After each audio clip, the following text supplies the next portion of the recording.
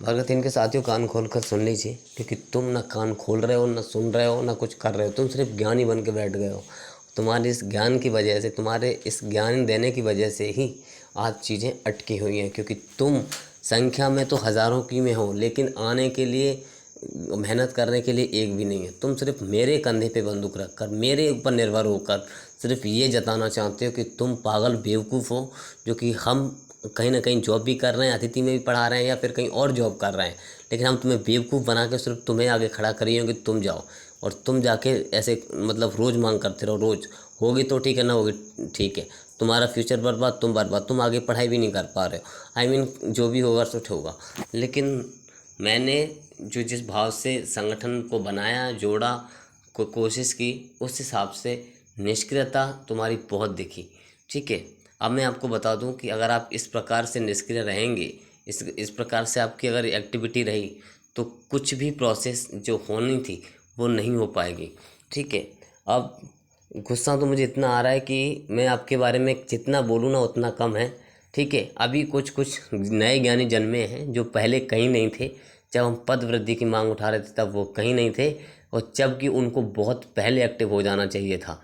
जो जिनको लग रहा है कि हम कुछ भी नहीं कर पा रहे हैं, अब आगे की तैयारी भी नहीं कर पाएंगे, ये नहीं कर पाएंगे, वो नहीं कर पाएंगे, तब जाके अब कुछ ज्ञानी ज्ञान देने लगे हैं कि धरने पे बैठ जाइए आप, सर आप ये कर लीजिए, सर मैं चलने को तैयार हूँ, है ना। हैं, और ये चलने को तैयार हो, ये इतना ज्ञान देते हैं ना।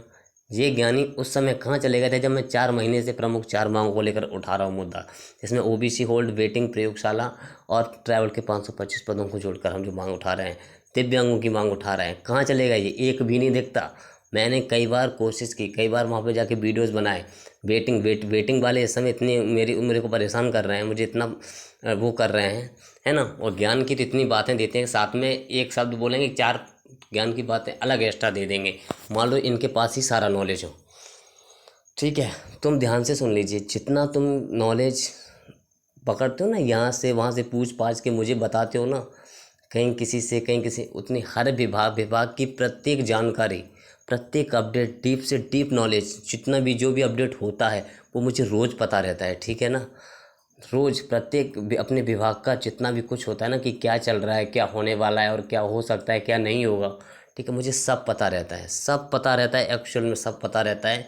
इसकी जानकारी मैं सब रखता हूँ, जितना तुम नॉलेज मुझे देते हो ना। फिर मेरे सामने जो ज्ञान झाड़ते हैं, बड़ी गुस्सा आती है मुझे। और मेरा सिद्धांत भी है कि जो मेरे सामने ज्ञान झाड़ता है ना, जबकि मुझे पता है उस चीज़ के बारे में, उसको ही आप मुझे ज्ञान देते हो ना, मुझे बहुत ज़्यादा गुस्सा आता है। और खासकर वो व्यक्ति जो आज तक कभी ना मैदान में आया है, और ना कभी कहीं गया, और ना कभी उसने साथ दिया, ऐसे व्यक्तियों को मुझे बहुत गुस्सा आती है। अब इस समय वेटिंग में कुछ अभ्यर्थी हैं जो कि बहुत ज़्यादा ज्ञानी बन के ज्ञान दे रहे हैं, जबकि मैं कह रहा हूँ कि मुझे 10-50 लोग आप जाके तो दिखाओ। आप जाओ तो मेरे बिना जाके तो दिखाओ, नहीं जाते।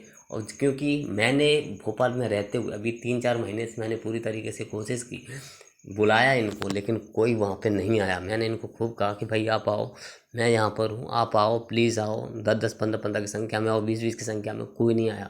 मतलब मैं बेवकूफ़ हूँ जो तुम्हारे लिए इतना समय और सब कुछ बर्बाद कर रहा हूँ इस वजह से कि मेरी एक जिद है एक जॉब पाने की, इसी भर्ती से, इसीलिए। और वो एक अकेले का मैटर नहीं, अगर अकेले का मैटर होता ना, अभी तक सॉल्व कब का हो जाता। ठीक है, लेकिन मैटर पूरे अभ्यर्थियों का है, सभी अभ्यर्थियों का है। लेकिन सभी अभ्यर्थी जागना नहीं चाह रहे हैं।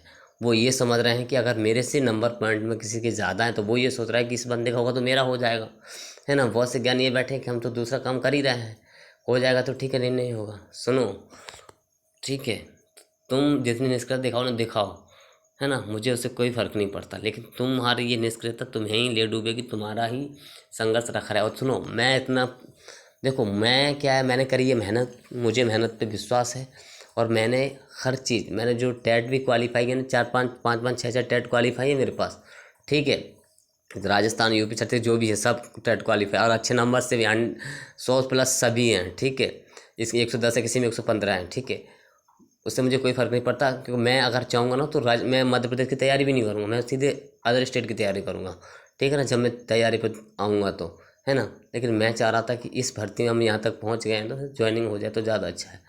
लेकिन जो ज्ञानी बैठे ना, उन ज्ञानियों से मुझे बहुत नफरत हो गई है।